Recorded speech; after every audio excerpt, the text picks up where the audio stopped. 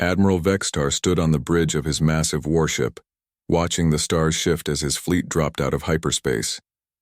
300 ships from 12 different alien worlds spread out before him like a deadly constellation. Each vessel carried thousands of soldiers and scientists, all eager to claim new worlds for their growing empires. "We have arrived at the target sector, Admiral," reported his second-in-command, a tall creature with blue skin and 4 arms. "All ships are in formation and ready for exploration." Vextar nodded, his reptilian eyes scanning the star charts floating in front of him. This sector had been marked as empty for centuries. No major civilizations, no dangerous species, just pristine worlds waiting to be colonized. It was exactly what the Galactic Council needed after their recent expansion failures. "Sir," the communications officer called out, her voice tinged with confusion. "We're receiving automated signals from throughout the sector. They appear to be warnings." "Warnings?" Vextar turned toward the communication station. "From whom?" The main display screen flickered to life, showing text in thousands of different languages. Even in his own tongue, the message was crystal clear. "Warning, this sector is under the protection of Earth. Transit permitted, settlement prohibited, enforcement absolute." For a moment, the bridge fell silent. Then someone started laughing. Soon, the entire command crew was chuckling, and similar sounds echoed from the other ships in the fleet. "Earth?" Ambassador Krelthon's image appeared on the screen, his tentacles writhing with amusement. Those primitive humans who barely learned to travel between stars 300 years ago? General Mordek's gravelly voice joined the conversation from another ship. "My people have been spacefaring for over 10,000 years. These humans are nothing but children playing with toys they don't understand." Vextar studied the sensor readings more carefully. The quantum beacons broadcasting the warnings were indeed sophisticated, but not beyond what his fleet could handle. The technology was impressive for such a young species, but hardly threatening to the combined might of 12 galactic civilizations. "Perhaps these beacons are ancient," suggested his science officer. "Left over from some forgotten era when humans thought they were more powerful than they actually are." "Or maybe," added the weapons officer with a grin, "they're just trying to scare us away from the good planets. Humans are known for their deception and trickery." Vextar had to admit this made sense. In the 3 centuries since humans had achieved faster-than-light travel, they had been nothing but a minor annoyance to the greater galactic community. They controlled perhaps a dozen worlds, most of them barely habitable. Their military was small and their technology, while clever, was generations behind the major powers. "Admiral," came another voice from the fleet, "our long-range sensors are detecting at least 47 potentially habitable worlds in this sector. The resources here could fuel our expansion for centuries." The thought of such wealth made Vextar's decision easy. Whatever humans thought they were doing here, they clearly didn't understand the reality of galactic politics. When the Galactic Council wanted something, they took it. That was how the universe worked. "All ships, proceed to the 4th planet of the Kepler 442 system," he commanded. "Begin preliminary scans for colonization, and someone turn off those annoying warning beacons." The massive fleet began moving deeper into the sector, their engines creating brilliant streaks of light against the darkness of space. Each ship's crew was excited about the prospect of claiming new worlds, new resources, new territories for their respective civilizations. As they traveled, the alien commanders shared stories and jokes about humanity's presumption. How dare such a young, weak species claim an entire sector of space? It was almost insulting that they thought their warnings would be taken seriously. "I heard," said one captain over the communications network, "that humans still use chemical rockets for some of their space travel." Can you imagine? Chemical rockets, in the age of quantum drives. "Their largest warship," added another, "is smaller than our escort vessels. I've seen human mining operations that could be conquered by a single destroyer." The laughter continued as the fleet approached their destination. None of them noticed the subtle changes in the space around them. The way certain asteroids seemed to track their movement, the unusual energy signatures coming from what appeared to be empty space. The fact that their communications were being monitored and recorded by systems far more advanced than anything they possessed. Admiral Vextar settled back in his command chair, already planning how to divide the sector among the council members. The humans would be given a chance to withdraw peacefully, of course. The Galactic Council wasn't unreasonable, but if they insisted on maintaining their ridiculous claim to this valuable territory, they would learn the hard way why older, more experienced civilizations deserved respect. The warning beacons continued their eternal broadcast, but the alien fleet paid them no attention. They were too busy planning their conquest to realize they had just made the biggest mistake in galactic history. Captain Hyunwoo Kim sat quietly in his command chair aboard the patrol vessel Soul's Pride, watching the massive alien fleet appear on his screens. His ship was tiny compared to even the smallest enemy vessel, like a minnow swimming among whales.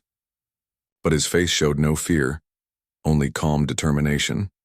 "Captain," said Lieutenant Jihai Park from the tactical station, "I count 312 enemy ships. They're moving into attack formation around us. Any response to our identification?" "Signals?" Hyunwoo asked. "Negative, sir. They're treating us as a hostile contact." Hyunwoo nodded slowly. He had been patrolling this sector for 5 years, and he knew this day would eventually come. The Galactic Council had been expanding aggressively, claiming every world they could find. Now they wanted humanity's protected sector, not knowing the true cost of what they were attempting. "Open a communication channel," he ordered. The main screen flickered, revealing the intimidating figure of Admiral Vextar. The alien's reptilian features were twisted into an expression of contempt. Behind him, the bridge of his flagship bustled, with activity as dozens of crew members prepared for battle. "Human vessel," Vextar's voice was cold and commanding. "You will power down your weapons and surrender immediately. Your species has no legal claim to this sector under Galactic Council law." "Admiral Vextar," Hyunwoo replied calmly. "I am Captain Kim of the Earth Defense Force. You received our warnings at the sector boundary. This region has been under Earth's protection for 200 years. "Protection?" Vexatar's laugh was harsh and mocking. "One tiny ship against my entire fleet? You humans always were arrogant beyond your capabilities." Around the bridge of the Soul's Pride, the crew remained focused on their duties. These were men and women who had trained their entire lives for moments like this. They knew the history of this sector, knew what their people had sacrificed to reclaim it from the machines. "Admiral," Hyunwoo continued, his voice steady, "by what authority do you enter our protected space?"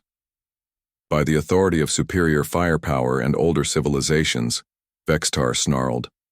"Your species has been spacefaring for mere centuries.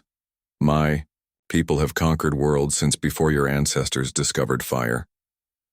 "Age does not always equal wisdom," Hyunwoo observed quietly. This seemed to enrage the alien admiral even more. "You dare lecture me, human? I command 300 warships, each one capable of destroying your pathetic vessel with a single shot.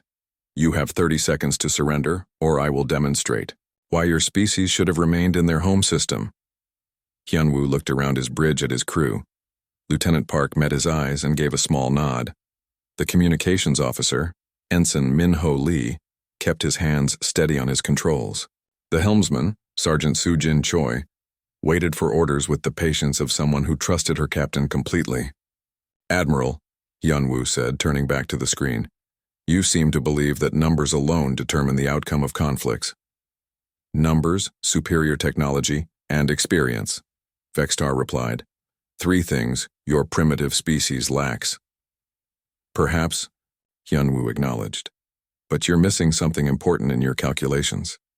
"And what would that be?" "You assume this sector is undefended except for my single ship." Vextar's expression shifted slightly.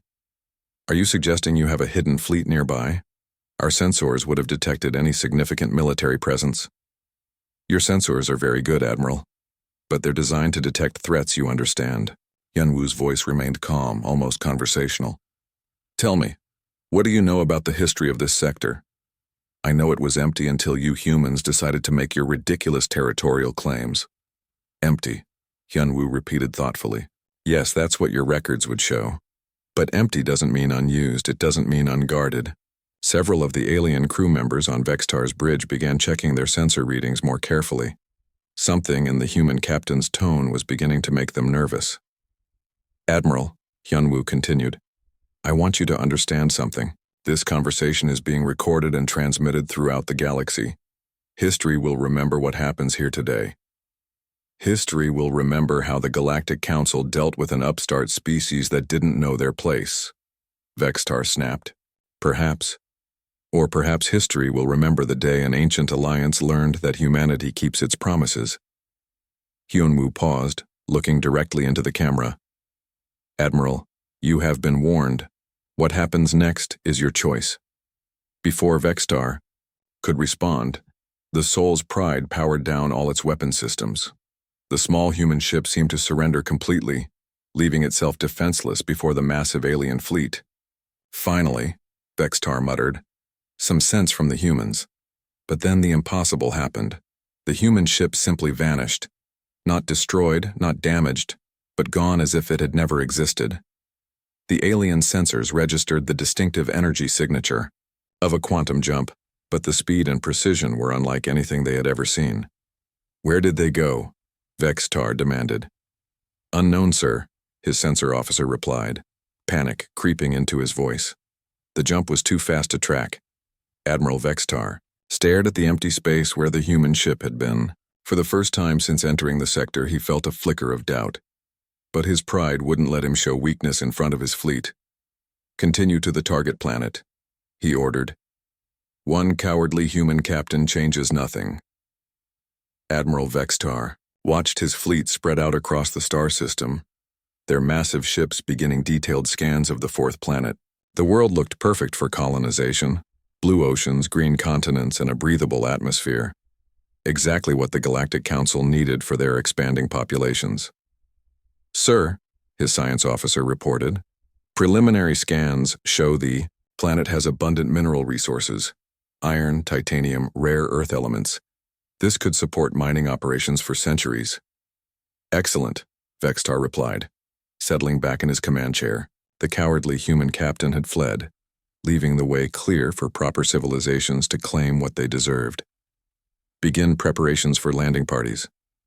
"Admiral," the sensor officer called out, his voice uncertain, "I'm getting some strange readings from the asteroid belt." "Strange how?" "The asteroids, they don't seem to be following natural orbital patterns, and their composition is unusual." Vextar frowned. "Show me."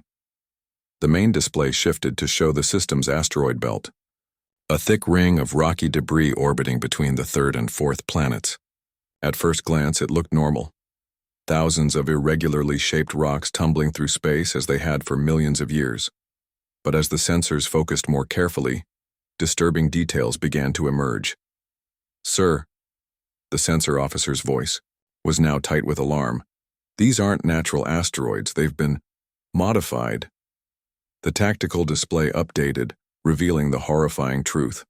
What had appeared to be random space debris was actually a perfectly organized network of defensive installations. Thousands upon thousands of asteroids had been hollowed out, their interiors converted into weapons platforms. "How many?" Vextar whispered, his reptilian skin turning pale. "Preliminary count suggests over 50,000 individual installations, sir. Each one appears to be armed with some kind of projectile weapon system." 50,000? Ambassador Krelthon's voice crackled over the communications network from his own ship. "That's impossible. No civilization could build so many weapons platforms without us knowing. The energy signatures are minimal," General Mordek added from another vessel.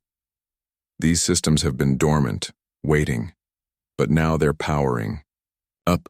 Vextar watched in growing horror as the asteroid belt came alive around his fleet. Targeting sensors activated with electronic whispers. Weapon systems that had been sleeping for decades suddenly hummed with deadly energy. Most terrifying of all, every single installation was now locked onto his ships. "Sir," his weapons officer reported, "they have targeting solutions on our entire fleet. Every ship is marked." "How is this possible?" Vextar demanded. "Our intelligence report said humans had no significant military presence in this sector." "Admiral," came a familiar voice over the communications system. Captain Kim's image appeared on the screen, but now he was speaking from what looked like a much larger ship's bridge. "I see you've discovered our asteroid belt. This is an act of war," Vextar snarled. "You've militarized an entire star system." "We've protected it," Kim replied calmly. "There's a difference.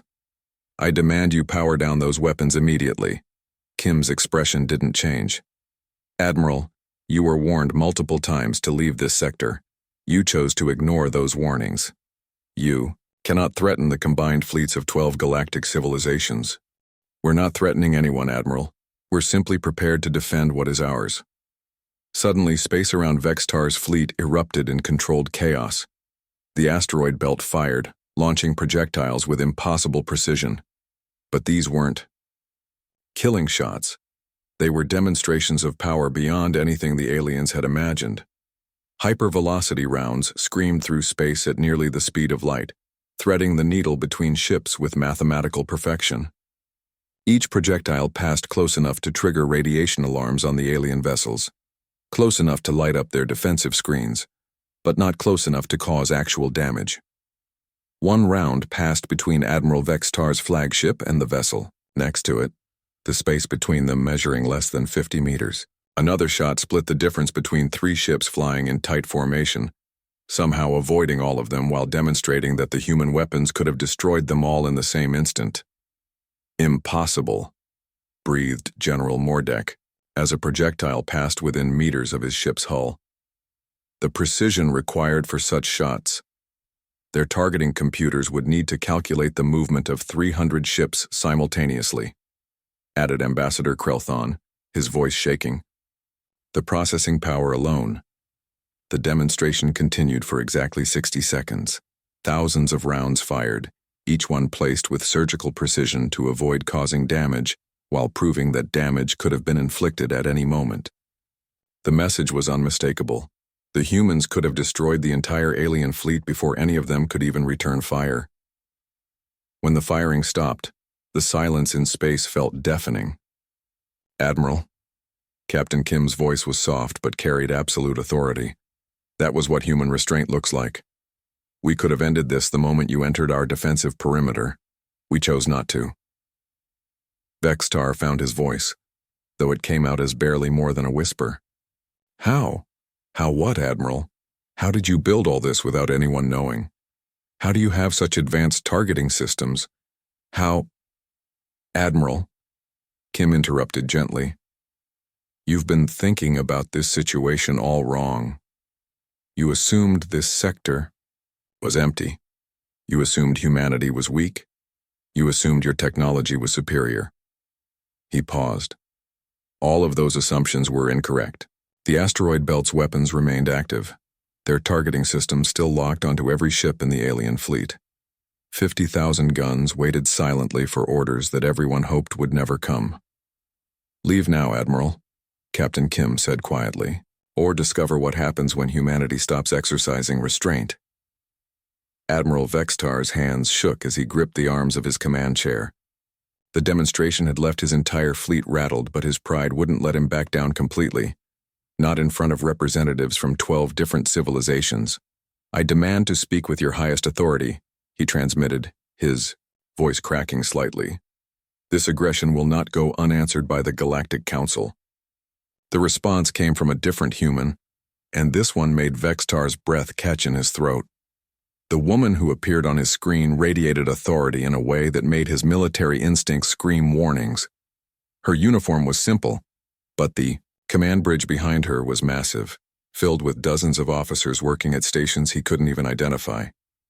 "Admiral Vexitar," the woman said, her voice carrying the weight of absolute command. "I am Admiral So-Young Lee, commander of this sector's defense grid. You wish to understand why this space belongs to Earth? Very well. Who are you to claim an entire sector?" Vexitar demanded, though his voice lacked its earlier confidence. "I am someone who knows the true history of this region," Admiral Lee replied, "something your council apparently never bothered to research properly." The space around Vextar's fleet began to shimmer and change. Massive holographic projectors activated, creating images so detailed and realistic that several alien crew members jumped back from their displays thinking they were under attack. "What you see before you," Admiral Lee began, "is not empty space that humans claimed through greed or expansion. This is a graveyard that we turned into a garden." The holographic display showed the sector as it had existed 2 centuries earlier. Instead of the peaceful, life-bearing worlds the aliens had observed, the images revealed a nightmare of dead planets and twisted metal. 47 worlds, all stripped bare of life, their surfaces scarred by massive industrial operations that had consumed everything organic. 200 years ago, Admiral Lee continued, this sector was controlled by the Devourers. Several alien officers gasped. The Devourers were legendary, a race of mechanical beings that consumed entire worlds. To fuel their expansion, most civilizations believed they were myths, stories used to frighten children. The Devourers were real, Admiral Lee said, as if reading their thoughts. And they had already sterilized 47 worlds when your Galactic Council first detected them. The holographic display shifted, showing the massive mechanical ships of the Devourers. Each vessel was the size of a city, its hull bristling with mining equipment designed to strip planets down to their cores. Swarms of smaller machines flew around them like metallic insects, carrying away everything they could harvest. "What was the Council's response?" Admiral Lee asked, though her tone suggested she already knew the answer. Admiral Vextar remained silent, but Ambassador Krelthon's voice came over the communications network. "The Council established a quarantine zone. We contained the threat." "You abandoned these worlds," Admiral Lee corrected, her voice turning cold. "You built a wall of sensors and hoped the problem would solve itself." The holographic display changed, again, showing the Galactic Council's response to the Devourer threat. A ring of monitoring stations and automated warning beacons, designed to keep other civilizations away from the infected sector. No rescue fleets, no military intervention, just a cosmic quarantine sign. But humanity responded differently, Admiral Lee continued. What followed was the most incredible military campaign any of the aliens had ever witnessed. Human fleets, tiny compared to the massive Devourer ships, swarmed the mechanical monsters with tactics that defied every principle of conventional warfare. The humans didn't try to match the Devourer's size or firepower. Instead, they used speed, precision, and what could only be described as absolute fearlessness. Small human ships dove into the heart of Devourer formations, targeting critical systems with surgical strikes. When conventional weapons failed, humans rammed their ships directly into enemy weak points. "Your people fought like madmen," General Mordek whispered, watching human crews sacrifice themselves to take down Devourer installations. "We fought like people who understood what was at stake," Admiral Lee replied. "The Devourers weren't just a threat to these 47 worlds, they were expanding. Your Council's quarantine zone was already failing when we arrived." The holographic display showed the terrifying truth. Devourer scout ships had been detected beyond the quarantine perimeter, heading toward inhabited systems. The mechanical plague was spreading, and only humanity had stood in its way. "It took us 50 years to hunt down every last Devourer ship," Admiral Lee continued. "Another 50 to clear out their automated systems and mining platforms. And the last century has been spent bringing life back to the worlds they destroyed." The final images showed the sector as it existed now. 47 worlds teeming with carefully cultivated ecosystems, their biospheres slowly returning to health, under human guidance. What the aliens had seen as empty worlds ready for colonization were actually restoration projects that had taken generations to achieve. Every tree, every blade of grass, every fish in every ocean was placed there by human hands, Admiral Lee said softly. "We didn't conquer this sector, Admiral.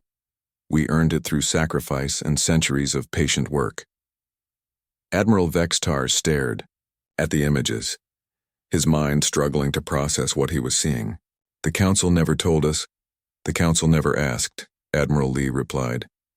"They marked this sector as quarantined in their databases and forgot about it. They never bothered to check whether the quarantine had been lifted." "But why?" Vextar asked. "Why would humans sacrifice so much for worlds that weren't even yours?" Admiral Lee's expression softened slightly. Because someone had to. And because we understood something your council apparently didn't, the Devourers would never have stopped with 47 worlds. The holographic images faded, leaving Admiral Vextar and his fleet alone in the darkness of space. But the silence didn't last long. Around them, the true scope of humanity's presence began to reveal itself in ways that made the asteroid belt demonstration look like a simple warning shot. "Sir," Vextar's sensor officer called out, his voice barely above a whisper. "I'm detecting massive energy signatures throughout the system. They're everywhere." What had appeared to be empty space suddenly came alive with activity. Weapons platforms emerged from the swirling clouds of gas giants, rising like ancient sea monsters from the depths.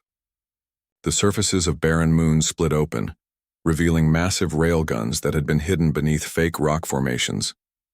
Even the space between planets showed signs of human presence as cloaked defensive stations powered up their systems.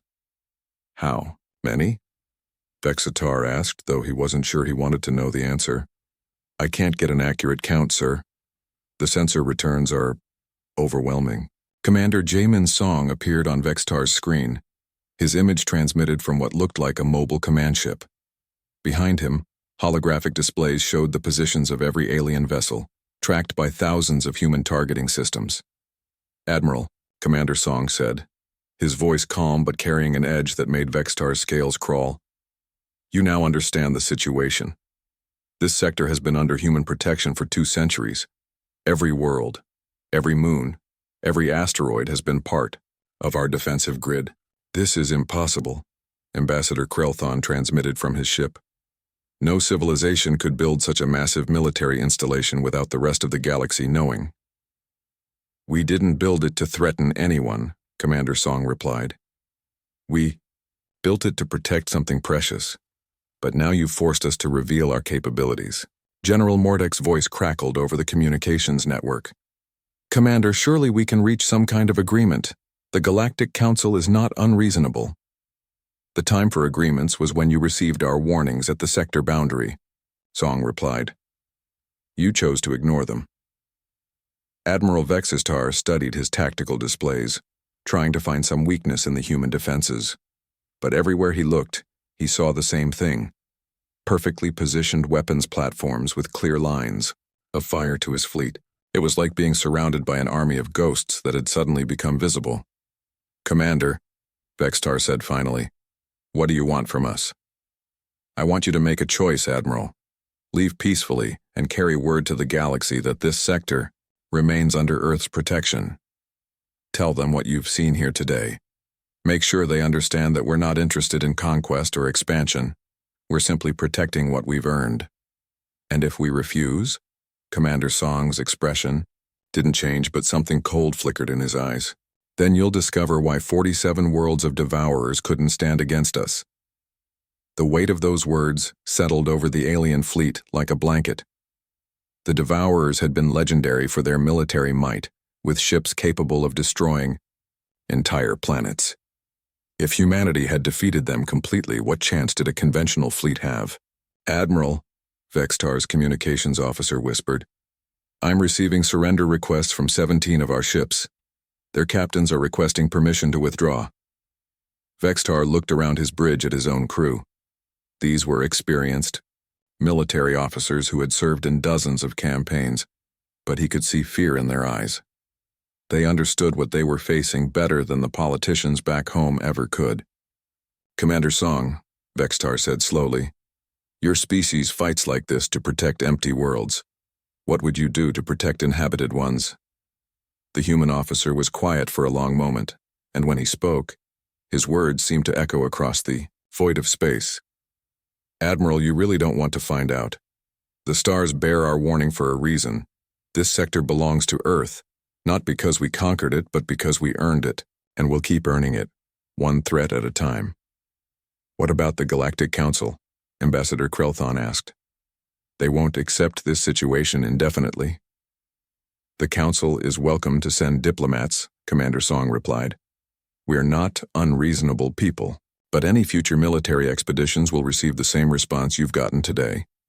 Admiral Vextar made his decision.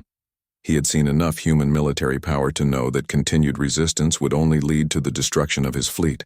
Worse, he was beginning to understand that humanity's claims to this sector might actually be legitimate.